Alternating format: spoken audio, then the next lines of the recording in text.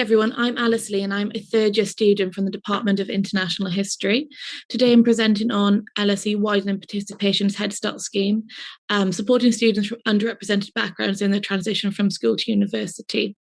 This presentation will take this format, and my findings will be laid out under these three themes.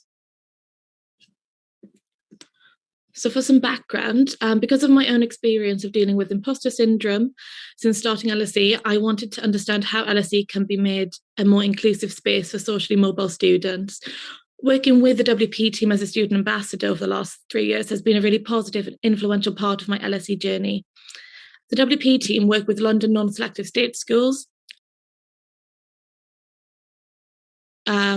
and students to raise their aspirations and instill confidence to enable them to progress to higher education.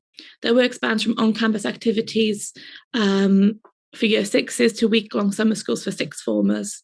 The Head Start initiative, which has been co-created with LSE students who have previously taken part in pre-entry programmes, is designed to aid students' transition to university and support their retention. In the previous couple of years, the scheme has included specific offer holder events, skill building sessions, and employer networking events. However, attendance has been very low, and so the team are looking to reassess the programme and students' needs. My research question is how can LSE's widening participation team and Head Start best support students from underrepresented backgrounds during their transition to university? And then what, if any, additional support is needed from LSE more broadly?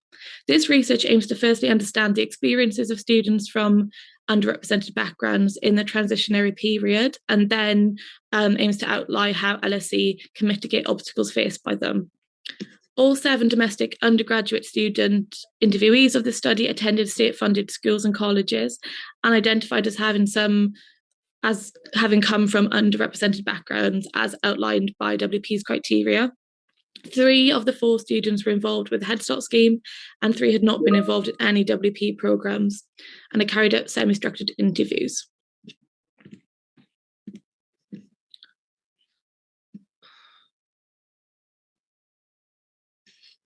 The central narrative that came across from all the interviews was a feeling of not belonging and imposter syndrome. This research also aligns with Diana Ray's findings that the experience of higher education in the UK is stratified by social class background.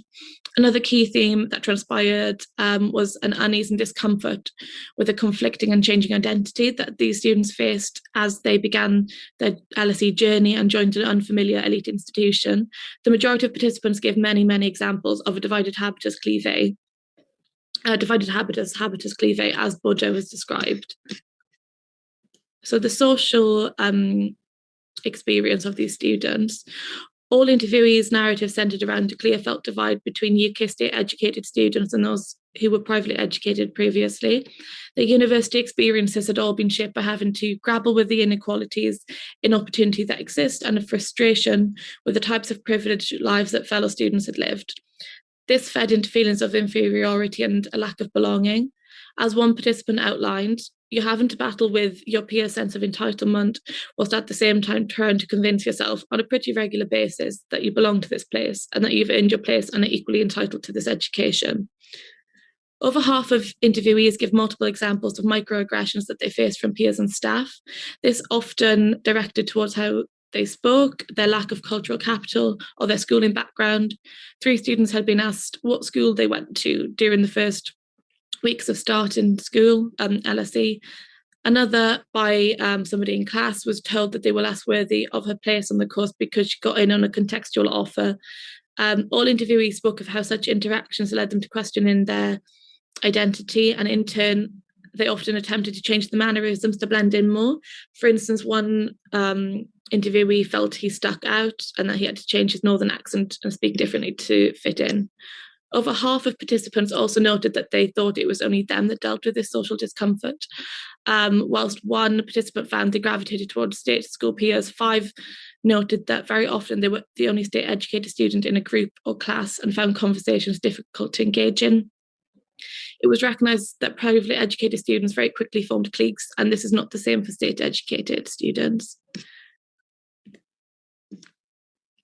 All interviewees found the LSE bursary to be very good and enabled 2 students to not have to work during term time.